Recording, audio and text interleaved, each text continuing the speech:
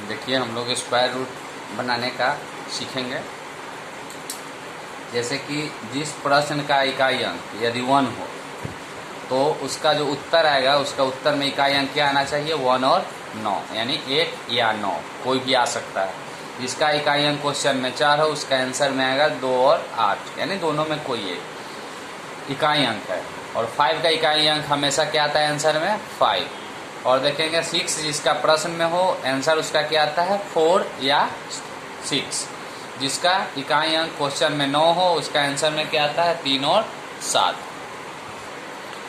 अब देखेंगे इस प्रश्न, एक प्रश्न लिखता हूँ 7921। एक प्रश्न क्या लिखता हूँ, 7921। इसका क्या लगा देते हैं, रूट अंडर। और यह मेरा क्या है, प्रश्न है। अब एक चीज़ ध्यान देंगे, 7921 का इकाई अंक क्या है, 1। तो इसका आंसर क्या आएगा, जिसका इकाई अंक 1 हो तो उसका आंसर क्या आ सकता है, उसका जैसे कि यह प्रश्न में इकाई अंक यदि 1 हो, इकाई अंक यदि प्रश्न का 1 हो तो उसका आंसर में इकाई अंक क्या आएगा, 1 नहीं तो 9। 1 आएगा नहीं तो क्या आएगा, 9 आएगा। अब एक बात के लिए एक और इसमें जानकारी चाहिए, इसी टाइप के प्रश्न के लिए 1 से लेकर कम से कम 10 तक का हम स्क्वायर साइड में लिखेंगे।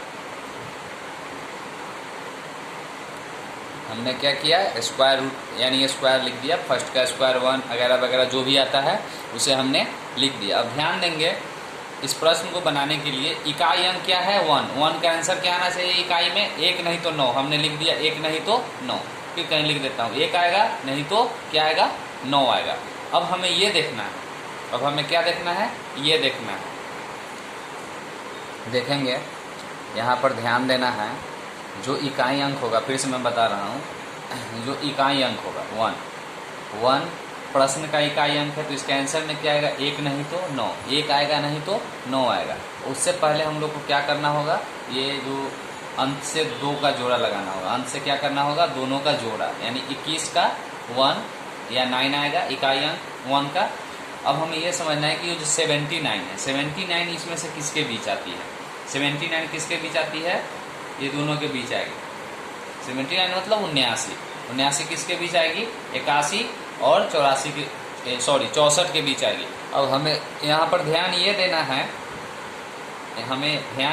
है, कि यह जो आता है सबसे निकटतम किसके है उसके पहले देखेंगे हमेशा, जिसका स्क्वायर किया गया हो, यानी 64 8 का स्क्वायर है, 81 किसका स्क्वायर है, 9 का। ये दोनों में जो छोटा होगा यानी ऊपर वाला उसको लिख दिया जाएगा। किसको लिखा जाएगा, 8 को। हमने लिख दिया 8 और 8।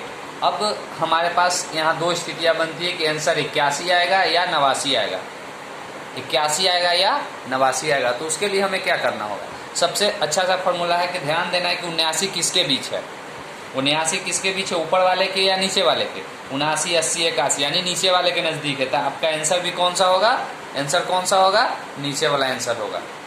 ठीक इसी तरह से एक और क्वेश्चन लेते हैं।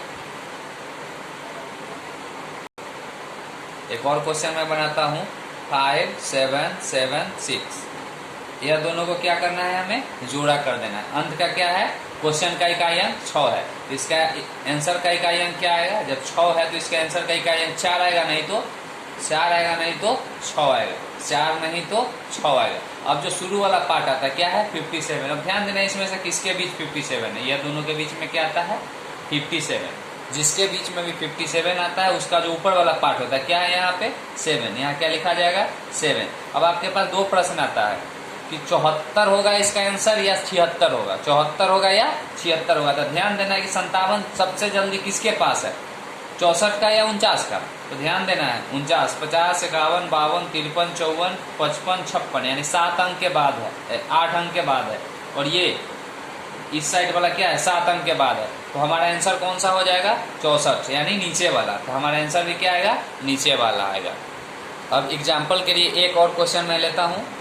यह 4 अंक जहाँ रहेगा प्रश्न, 4 डिजिट जहाँ रहेगा तब इस नियम का अप्लाई किया जाता है। और एक लेता हूँ, एक और मेरा प्रश्न है 7744। यह क्वेश्चन है। अब इसमें का जो 44 है, यानी अंक का क्या अंक है, 4। जिसका 4 इकाई अंक हो आंसर का क्या होगा, 2 नहीं तो 8। क्या होगा, 2 नहीं तो 8 होगा। अब शुरू में जो 77 है, 77 किसके बीच आता है? ये दोनों के बीच आता है 77। और 77 81 का नजदीक है या 64 का नजदीक है? किसके नजदीक है 77? 81 का, नीचे वाला का। किसके नजदीक है? 81 का। तो आंसर होगा नीचे वाला ही। लेकिन अब ध्यान देना कि 77 में जो सबसे ऊपर पार्ट क्या है? 8 है। 8 यहाँ, 8 यहाँ। कौन आंसर होगा हमारा? नीचे वाला। क्यों होगा? क्योंकि 77 सबसे ज्यादा किसके पास है? नीचे वाला का।